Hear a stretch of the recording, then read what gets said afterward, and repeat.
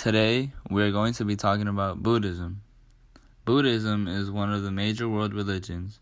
The word Buddha means enlightened. The founder of Buddhism is Siddhartha Gautama, who later became known as the Buddha, and he lived during the 5th century BC.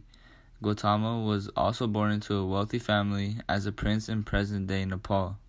Although he had an easy life, Gautama was moved by the suffering in the world. He decided to give up his lavish lifestyle and endure poverty. Buddhism originated from around 400 BC with a historical individual known as the Buddha.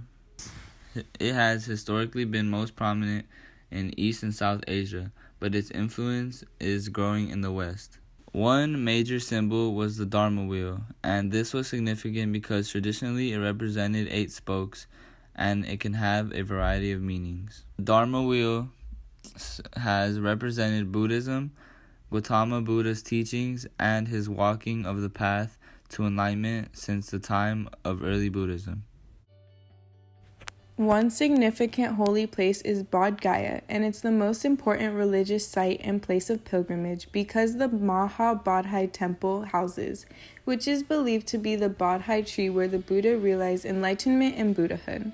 A direct descendant of the tree sits within the complex today, along with 6 other sacred sites, including a lotus pond.